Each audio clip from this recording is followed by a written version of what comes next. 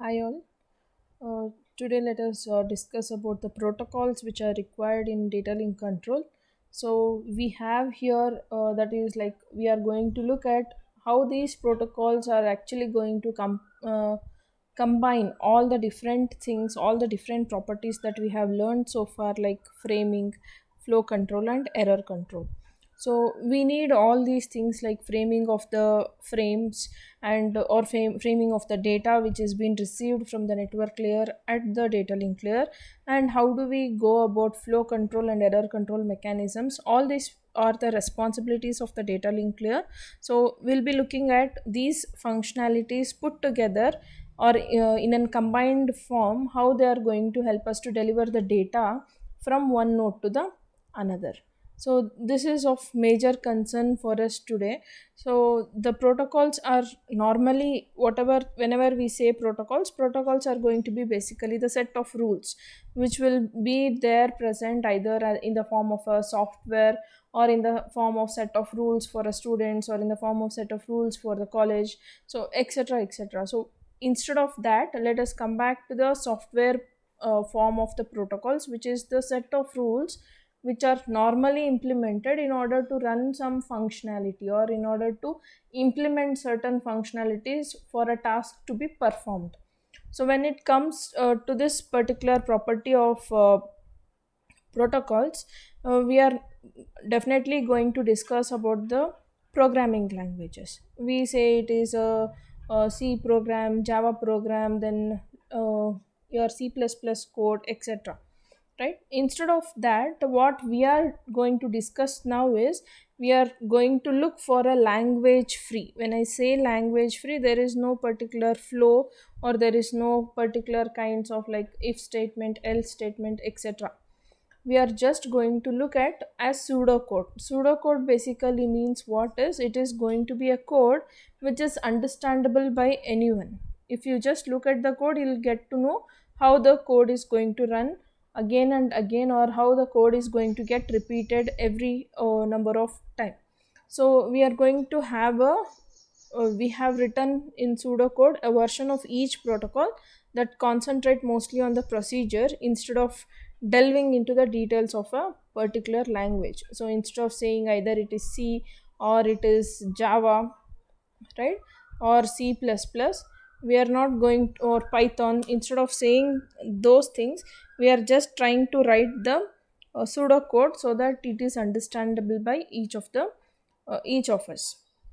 So whenever we say that it is a pseudocode, we basically try to say it is human understandable kind of code, right? So what is here represented in this particular slide is we are having a taxonomy of protocols, or the protocols can be divided into two types, which you can see as for noiseless channels, and one more is for noisy channels.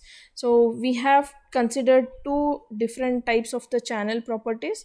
Whenever we say as a channel will always have both kinds of things. A channel can be a noisy channel, or a channel can be noiseless channel, right? So we are having both of them. When we are considering both the worst cases, or we can say noisy channel is always present for us for data transmission, but whenever it comes for noiseless channel, it is indeed actually it's not a realistic kind of thing, it is not present actually, right? So that is going to be a noiseless channel is going to be an ideal channel, whereas noisy channel is going to be the real time based kind of channel which is going to be present. So there is a thing like as we already noted that we are trying to implement framing, flow control, error control, all these mechanisms. So when I say error control, you might also think of how these protocols can work for these error free channels, that is noiseless channels, and for noisy channels they are basically called as error creating channels. So how they are going to work, how they are going to serve us, so we'll be looking it in the further protocols that are present.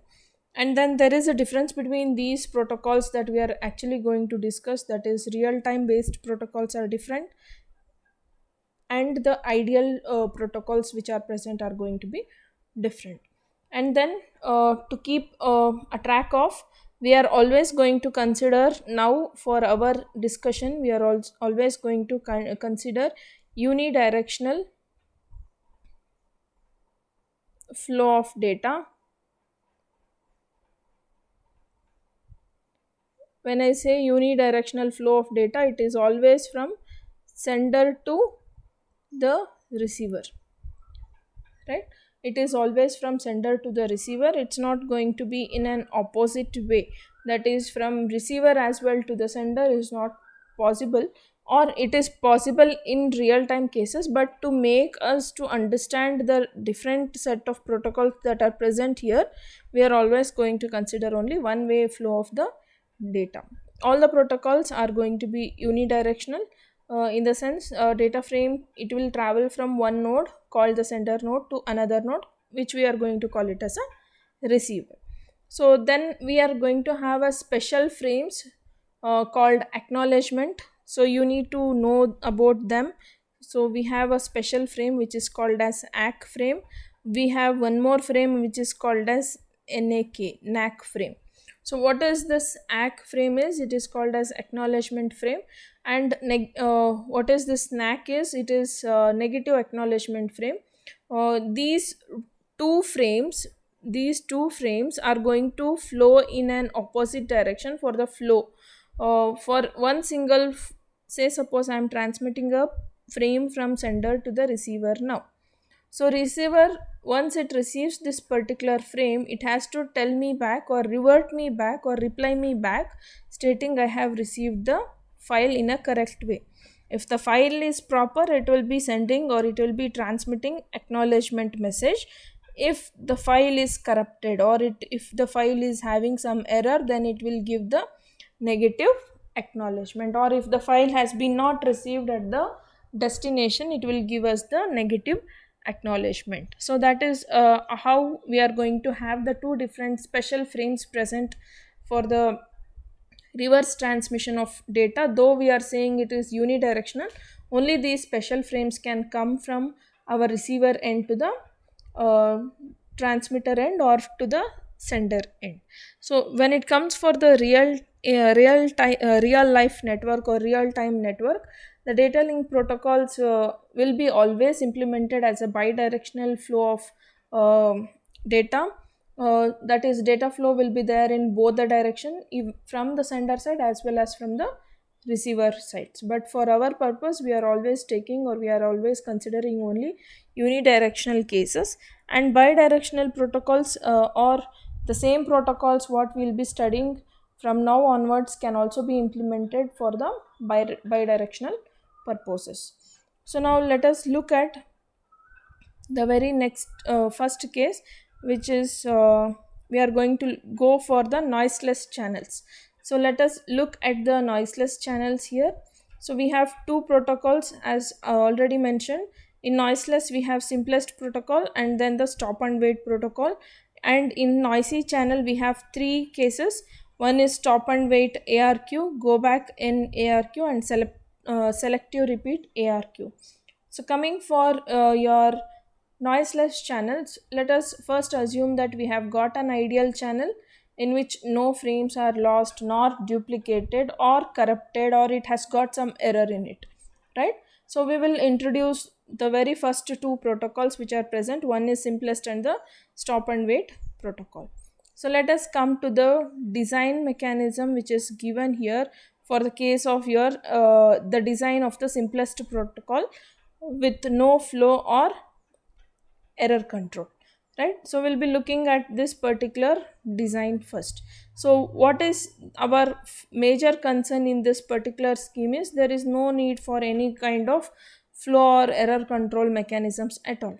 The data link layer at the sender side, it gets the data from its network layer.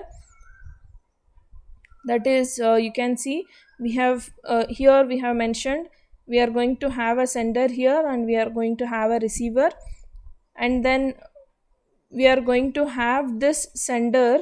It will be getting the data from the network layer. From the network layer, the data will be flowing to the data link layer. At the data link layer, now the next job of the data link layer is to make the frame or prepare the frame and send it further to the physical layer, right? So at the physical layer, now the physical layer will decide to whom the data has to be sent, and it will put all those frames onto the channel where you can see the data being transmitted from the sender end to the receiver end. And at the receiver end, what is that it is going to happen is, at the physical layer it will start receiving the frames, and when it comes for the data link layer, the framed process or the frame whichever is present for the data has to be unframed or unpacked. We have packed it, now we have to unpack it and then forward that data back to the particular network layer. So this is the whole process which has to happen. So while these processes are happening, we have to have some of the mechanisms or some of the algorithms which has to be run. This is the very basic kind of simplest protocol which we are seeing. That is the and so the name is simplest protocol. So let us now elaborate this whole procedure that we have discussed so far. That is both data link, the sender side, it cannot send a frame until its network layer has a data packet to send, right? So far we were having a data at the network layer here, right? That data was passed on to the data link layer, and from here to the physical layer, then it was put on the channel, and then it was received here. Finally it was unpacked and sent to the network layer through the data link layer in between. But now say suppose we are not having data here at all, we don't have the data at the network layer. So what it has to do, it has to wait for some period of time. So what is that some period of time? It has to wait for how long? Whether it can wait for 1 minute, 2 minutes, or hours together? No, it totally depends on how the receiver side is going to react to it. The sender side, it cannot send the frame until its network layer has a data packet to send, whereas the receiver side, it cannot deliver a data packet to its network layer until a frame arrives at its position, right? So until somebody sends the data, we cannot transfer the data or we cannot receive that data. If just I'll say you, I'm forwarding you a message, it doesn't mean that you have already got a message. Until unless I forward you the message, you are not going to get it, right? On the same lines, until unless there is some data which is present and it is forwarded from the sender side to the receiver side, it cannot be received at the receiver end. If the protocol is implemented like a procedure or as a set of rules, there is continuously or the constantly the receiver needs to keep on receiving the frames, whether there is a data packet or whether there is no whether the data is not present. Whenever we say protocol, the software has to keep running itself, right? Whether the incoming, it's not that only when the data is there you have to turn on the system and then you have to look at the data and receive the data. This system or this software has to keep on running continuously, and so that's why in the protocol we are always saying one terminology, which is repeat forever at both the sides, at the sender side as well as at the receiver side. We don't know when the data is going to occur or when the data is going to be coming to our data link layer side at the sender side. So the process has to keep on repeating, or it has to be there on a running state. So there is no action until notification from the physical arrives from both the terminals or from both the sender as well as at the receiver side. Both the procedures are constantly running because they do not know when the corresponding events are going to occur. What kind of event is now? The event which will begin at the network layer, that is, it has to give the data to the data link layer. And one more event is the event at the physical layer at the receiver side, which has to provide the data to your data link layer, right?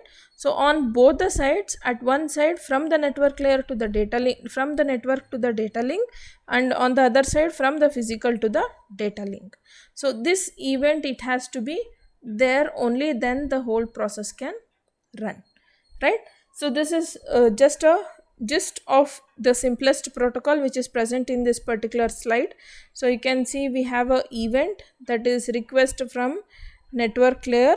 What is that request from the network layer? I have a data to send, can I forward it?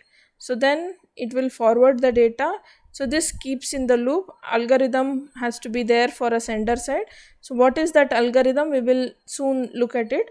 But once this algorithm is run, the data will come at the physical layer. That is, there is an event which is occurring at the physical layer of the receiver end. So once that event occurs, then the algorithm again at the receiver side has to run. So this is again a loop which keeps on running forever until the whole set of the data is received, and even it will keep on waiting until it gets all the data. So now let us look at what is this algorithm at the sender side. So what is that algorithm is? It is, as I already mentioned, it is just a pseudo code which is very simple to understand. So you can see there is one comment which is mentioned as repeat forward, forever. So what is that repeat forward? Forever, it is when the condition is true, I have to keep on repeating that again and again and again. That is what is while loop. It keeps on repeating until the condition is true, right? So now what we will do, once I get the true condition, I will enter into the loop, wait for the event. What is that event? The event is I should have some data so that I can forward it further for the receiver side, right? So wait for the event. So what is that wait for the event? Waiting for the event, in normal or pseudocode language we are saying sleep until an event occurs. So you have to wait until you get the data from the network layer. So that is what is sleep until an event occur. So now if event is occurring, what kind of event should occur? It should be a request to send event. When does we request to send? Only when we have the data with us and we want to send that data to the further receiver terminal. So when that is there, we request to send. So there is a packet with us, we want to send that packet. So this is very simple statements which you can understand. So that's why we call this as a pseudocode. So event request to send has occurred now. So once this is there, it will allow me to get into the loop. That is, first thing is get the data from whom? Get the data from the network layer, make frame, send frame, and then this loop keeps on running on the sender side, right? So what is this get data, make frame, send and send frame? Get data takes a data packet from the network layer, make frame adds a header and delimiter flags to the data packet to make a frame, and send frame delivers the frame to the physical layer for transmission, right? So getting the data, this is what is the process. Getting the data from where? From the network layer. Then it has to make the frame by adding its header, flags, delimiter, everything, and then further it has to send that frame to the physical layer. So at the physical layer, what is that we have? We have the send frame option, right? So that is what is written in simple words in our sender side algorithm. On the same lines, let us also look at the receiver side algorithm. So what is there in the receiver side algorithm for the simplest protocol? So this is again the same. Receiver side, what is that same thing? We have to have the loop to be there present forever. So this keeps running repeatedly for each instance of times, and then again it has to wait for the event. What kind of event now at the receiver side? The event should be arrival notification. Arrival notification of what? Arrival notification of the data from the physical layer of the sender to the receiver physical layer. So that should be the arrival notification. So if event arrival notification occurs, then it has to receive the frame. Who will receive the frame now? The physical layer will receive the frame, extract the data. Extract the data means you have to remove both the delimiter, the flags, the header, that is the source and the destination addresses at the data link layer, and forward that back to the network layer of the receiver terminal. So that is going to be the deliver of the data. So these three processes are going to happen like we have seen. The very first is receive the data here, right? And then after receiving the data, we have the extraction of the data done at the data link layer, and after extraction we are delivering that data to the network layer. So the same process is implemented as a steps in the simplest protocol algorithm. So this is what is the pseudocode algorithm for the simplest protocol for both the sender side and the receiver side. So this is very simple. You need to analyze this. Even this can be done, or in exams they can ask you for writing for the bidirectional flow of data for both the receiver side and uh, sender side algorithms for the simplest protocol. Now it is like one way. So if we can also ask you for writing in a bidirectional way, like what will be the modifications that has to be done for the simplest protocol, so that we are going to have the data being even sent from the receiver side to the sender side, right? So that you can take it up as an assignment. So say suppose you have just now you have only one sender and you have a receiver,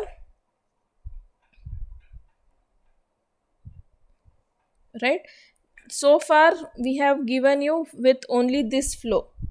Now I want along with this flow, you people must also include this particular flow.